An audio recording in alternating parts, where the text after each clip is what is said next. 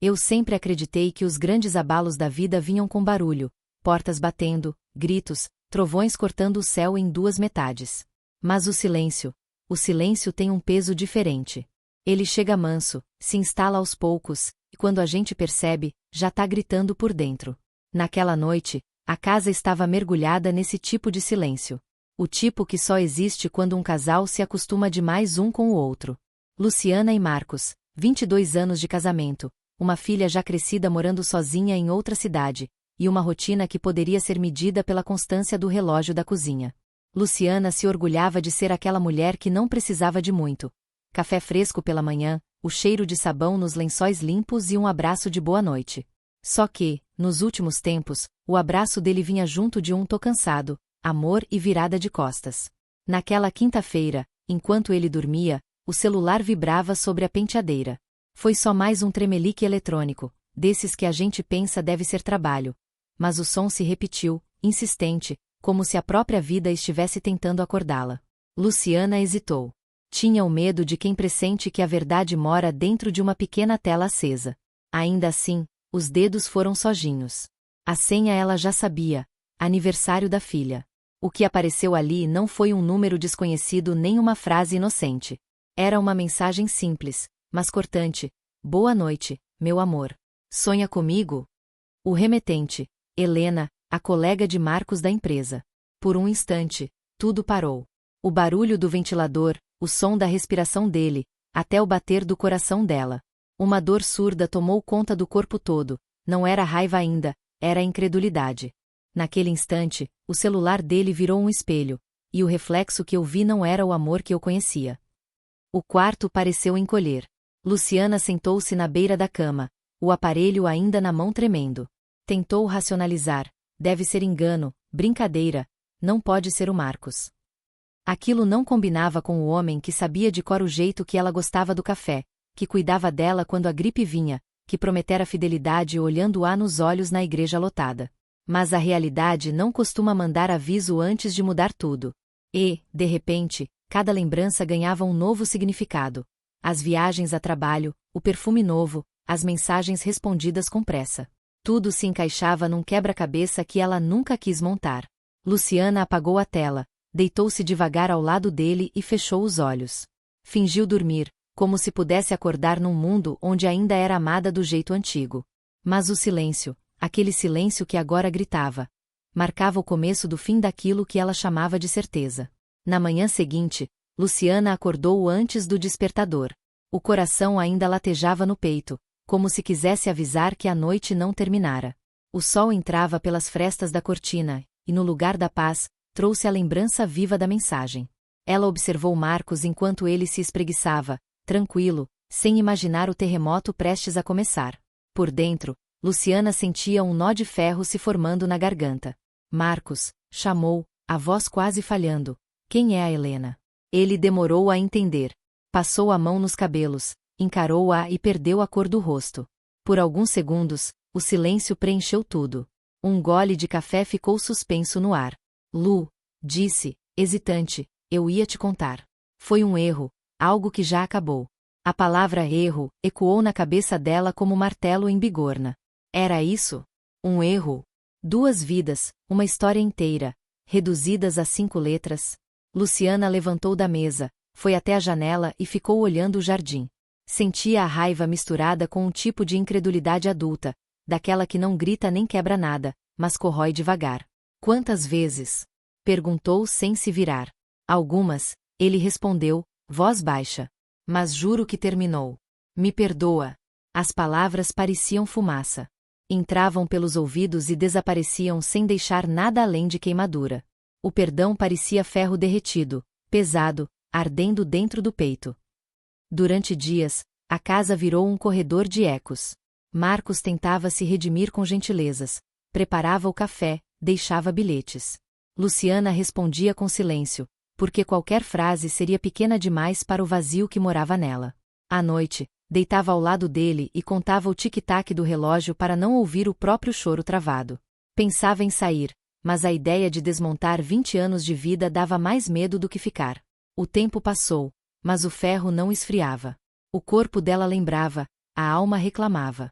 Mesmo assim, seguiu cuidando da casa, dos compromissos, de tudo, menos do coração. A raiva transformou-se em resistência, e essa resistência começou, sem que ela percebesse, a dar forma a algo novo dentro dela. Luciana ainda não sabia, mas cada palavra não dita e cada lágrima engolida estavam forjando uma versão dela mais forte. O barulho do ferro dentro do peito seria, um dia, o som de sua própria reconstrução. 6 meses depois da confissão, as coisas entre Luciana e Marcos seguiam em passos curtos, como quem tenta cruzar um campo minado. Havia cuidado nas palavras, distância nos gestos. Dormiam na mesma cama, mas separados por um abismo invisível. Foi numa tarde comum, dessas em que a vida parece empacada, que o telefone tocou. O número era desconhecido e, por alguma razão, o coração de Luciana já sabia que não vinha notícia boa. Dona Luciana? Aqui é do Hospital São Miguel. Seu marido sofreu um acidente na estrada. As palavras vieram rápidas, mas ela ouviu tudo em câmera lenta. Os minutos seguintes foram um borrão. Lembrava apenas do cheiro do hospital e da sensação estranha de ver Marcos, entubado e imóvel, coberto por tubos e aparelhos. Era difícil associar aquele homem silencioso ao mesmo que a traíra meses antes. Durante 2 dias, ela apenas observou. Quase não falava. O som das máquinas parecia compasso para o turbilhão de sentimentos: raiva, pena, gratidão por ele estar vivo, confusão. No 3º dia, o médico disse que ele ficaria meses em recuperação, dependente de ajuda. Luciana respirou fundo. A vida tem dessas ironias. Te põe de frente com quem te feriu e pergunta: e aí, o que você faz agora? Quando Marcos voltou para casa, com o corpo engessado e o orgulho quebrado, a rotina virou outra. De manhã, ela o ajudava a se vestir, preparava o café, ajeitava os remédios. Ele pedia desculpas entre uma colherada e outra, num tom quase infantil. E cada pedido era uma agulha, perfurava e anestesiava ao mesmo tempo. Às vezes, Luciana se surpreendia segurando sua mão por instinto, a mesma mão que antes ela jurara nunca mais tocar. Noutras, tinha ímpetos de soltar tudo, gritar o que ainda doía, mas o olhar dele, aquele misto de arrependimento e necessidade, sempre a desarmava. O perdão não chegava, mas a compaixão, sim. E ela descobriu que são coisas diferentes. Cuidar dele era como caminhar descalça sobre cacos. Cada gesto simples, ajeitar o travesseiro, aparar a barba, lembrava o passado e, ao mesmo tempo, criava um pedaço novo deles, mais humano, despido de orgulho. Nas madrugadas, quando ele dormia, Luciana se pegava olhando pro teto e pensando se o amor morre ou apenas muda de forma. Talvez o amor dela tivesse se tornado algo mais silencioso, mais próximo da piedade do que da paixão. Entre ataduras e remédios, ela começou a ver Marcos não como o traidor, mas como um homem frágil, cheio de falhas, tão humano quanto ela. E isso, paradoxalmente, a libertava. Porque cuidar de quem a feriu não apagava a dor, mas lhe mostrava que a força verdadeira não estava em punir, estava em continuar sendo quem ela era, mesmo quando o coração queria desistir. Os dias passaram devagar, como se o tempo também estivesse mancando com Marcos. A casa, antes feita de silêncios tensos, agora respirava sons diferentes. O ranger da cadeira de rodas, o eco dos passos cuidadosos de Luciana, o tilintar dos remédios sobre a mesa. A rotina nasceu quase sem que ela percebesse. Às 7, ela acordava, abria as cortinas, passava o café e preparava o banho dele. No início, fazia tudo com as mãos, mas sem presença, olhava por ele e não para ele. Depois, com o passar das semanas, o gesto foi mudando. Naquela manhã, por exemplo, quando o ajudou a levantar-se da cama e apoiar-se na cadeira de rodas, algo dentro dela vacilou. Havia uma delicadeza estranha naquele contato. Enquanto eu o guiava até a cadeira de rodas, percebi, era ele. O mesmo homem que um dia me fazia rir até doer a barriga. Luciana respirou fundo. Por um momento, a imagem do passado invadiu o presente. Viu-se lembrando das tardes de domingo, dos filmes que ele escolhia mal mas insistia em ver com pipoca e cobertor, das músicas desafinadas no carro. Pensar nisso doía, mas também aquecia de leve, um calor quase esquecido. Marcos, por sua vez, tentava preencher o vazio com palavras. Lu, eu queria poder voltar no tempo. O tempo não volta, Marcos, respondeu ela, sem dureza, só com cansaço. A gente é que tem que aprender a andar diferente. A frase ficou ecoando entre eles, como uma ponte ainda sendo construída. À noite, depois do jantar, ele costumava contar histórias de quando eram mais jovens. Recordava o primeiro beijo, o primeiro apartamento, a correria do começo da vida a dois. Luciana ouvia, em silêncio. No fundo, gostava de ouvir, mas não tinha coragem de admitir. Certo dia, ele pediu um favor inesperado. Você podia me levar até o quintal? Sinto falta do cheiro de terra molhada. Ela o ajudou a colocar o agasalho e empurrou a cadeira até o jardim. A chuva da tarde ainda deixava o ar fresco. Marcos fechou os olhos, inspirou e sorriu com simplicidade. Engraçado, eu só percebi o valor desse cheiro agora, que quase perdi. Luciana ficou quieta, observando-o ali, vulnerável, descobrindo beleza nas coisas simples. Percebeu que também estava reaprendendo a notar o clarão das manhãs, o gosto do café, as pequenas presenças que o costume havia escondido. Nas noites em que ele tinha mais dor, despertava-a com gemidos. Ela corria, ajeitava o travesseiro, massageava-lhe o ombro. O toque, antes repulsivo, agora voltava a ser natural. E, enquanto o fazia, às vezes pensava que talvez o amor nunca tivesse ido embora. Talvez estivesse guardado sob camadas grossas de orgulho e feridas mal curadas. Claro que nem tudo era leve. Havia dias de exaustão, de vontade de chorar trancada no banheiro, de lembrar o motivo real de toda aquela dor. Mas quando a raiva ameaçava subir, bastava vê-lo tentando alcançar o copo de água com a mão trêmula. A raiva se confundia com compaixão, como fogo e metal se transformando um no outro. Certa noite, Marcos pegou a mão dela e falou com a voz embargada. Eu não sei quanto tempo ainda vou precisar dessa ajuda, mas, mesmo se um dia eu puder andar sozinho, quero caminhar com você. Luciana baixou os olhos. Demorou antes de responder. Vamos ver, Marcos. Primeiro você aprende a andar. Depois a gente vê para onde vai. Ele riu baixo, e foi nesse riso, tímido, envergonhado, mas sincero, que ela percebeu que o amor tinha mudado de idioma, porém ainda existia. As semanas seguintes trouxeram pequenas vitórias. Ele começou a dar passos curtos, apoiado na bengala e no braço de Luciana. Cada tentativa frustrada era seguida por uma expressão de culpa que a desarmava. E, aos poucos, a dor dela foi se misturando ao dever, até que separá-los pareceu impossível. Entre curativos e memórias, Luciana sentiu que o ferro dentro do peito começava a esfriar. Ainda pesado, mas moldado em forma nova, mais delicada. E compreendeu, sem coragem ainda de admitir em voz alta, que talvez o perdão não fosse um gesto único, mas um processo, um canto silencioso que vai tomando conta, minuto a minuto, de quem escolhe continuar humano mesmo após ter sido ferido. O tempo, aquele mesmo que costuma apagar cicatrizes, andava preguiçoso com Luciana. As semanas se arrastavam entre remédios, fisioterapia e conversas amenas. Mas, por dentro, ela estava diferente. Algo nela deixava de ser dor e passava a ser aprendizado, uma liga nova entre fragilidade e força. Naquela manhã, o sol atravessava a cozinha com um brilho teimoso. Marcos já conseguia andar sozinho, apoiado na bengala, e insistia em acompanhá-la nas tarefas domésticas. Deixa que eu te ajudo com essas panelas, Lu. Ele disse, tentando sorrir. Ela respondeu com gentileza, mas manteve o controle da cozinha. Era o território dela, talvez o único que ainda obedecia às suas próprias regras. Enquanto lavava as vasilhas, a cabeça dela viajava. Pensava em como havia se tornado outra mulher desde a descoberta da traição. Não era mais a Luciana passiva, tampouco a ferida. Havia algo novo, uma serenidade firme, como cimento depois de seco. De repente, o destino decidiu fazer sua metáfora. Ao tentar alcançar uma frigideira, Luciana deixou cair uma panela de ferro no chão. O barulho ecoou alto, metálico, como se a casa inteira tivesse parado para ouvir. O som atravessou o ar e vibrou dentro dela, fazendo o coração acelerar. Não fui eu quem quebrou, foi o ferro que descobriu que podia se curvar.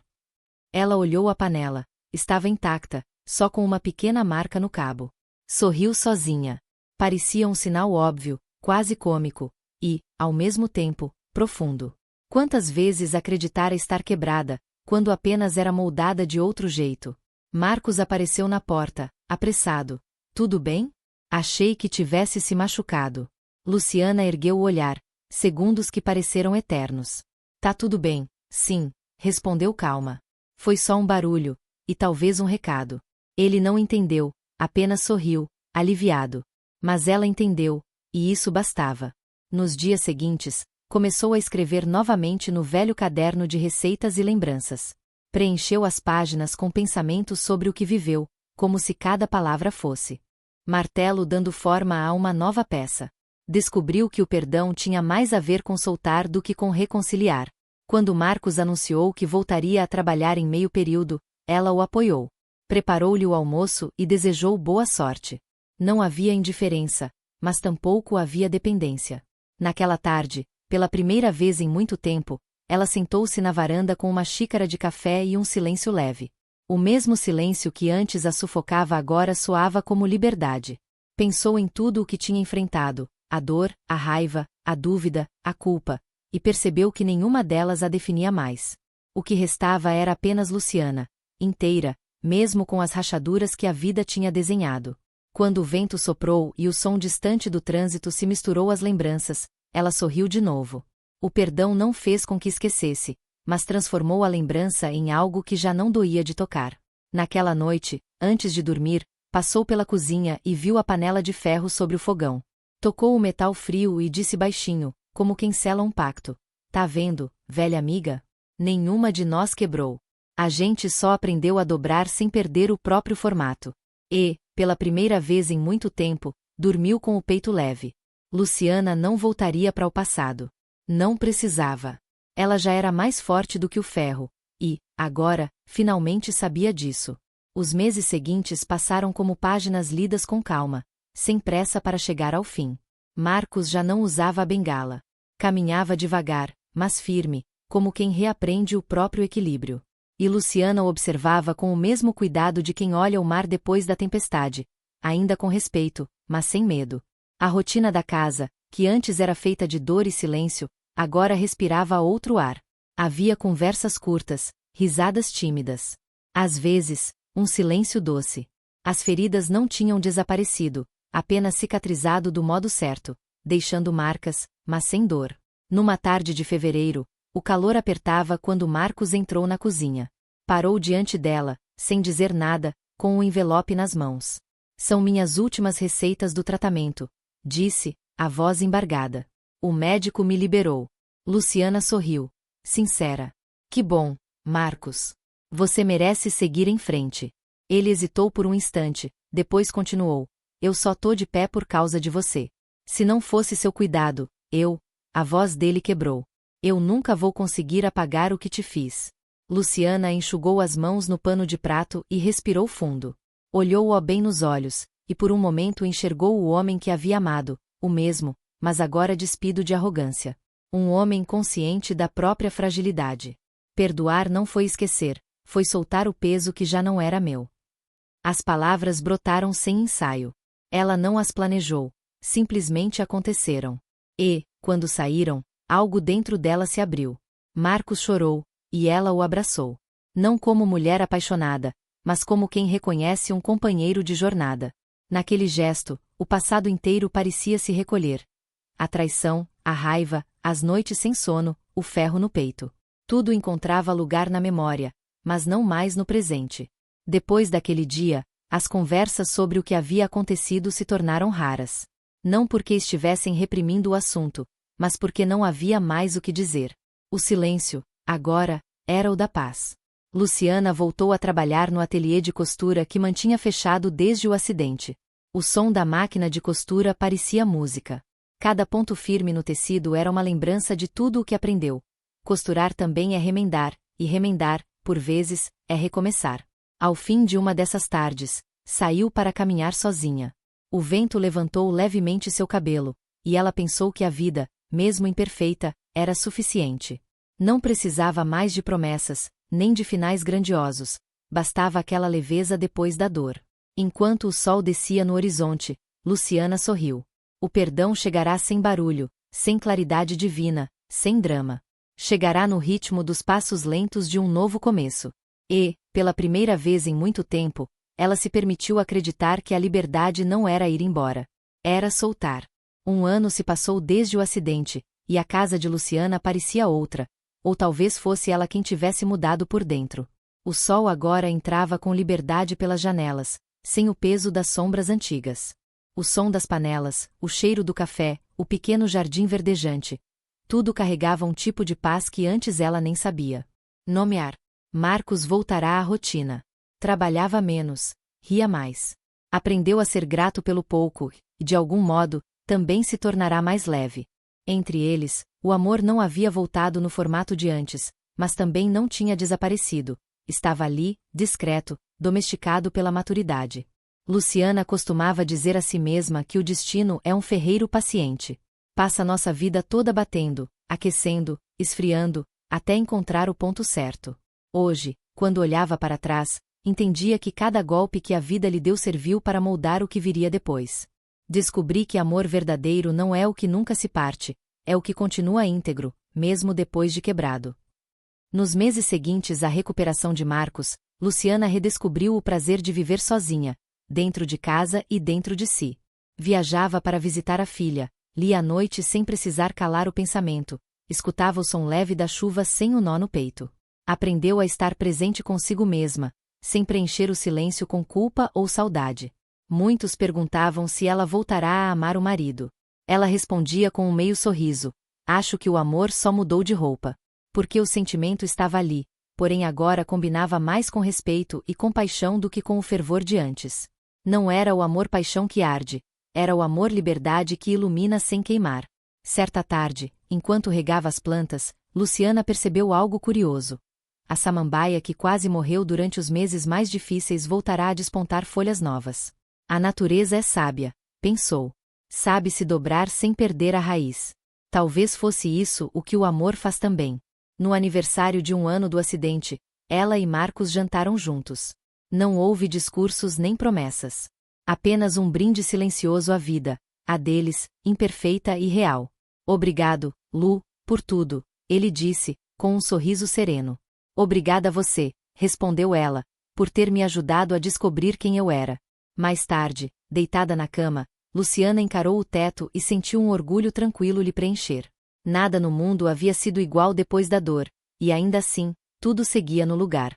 O coração, agora elástico e firme, suportava o peso das lembranças sem se quebrar. Naquele instante de paz, compreendeu. Ser esticada pela dor havia sido o modo da vida ensinar que força e ternura podem habitar o mesmo corpo. E que o verdadeiro amor, seja por alguém ou por si mesma, não é aquele que nunca se parte, mas o que aprende a florescer exatamente nas rachaduras onde a luz consegue entrar.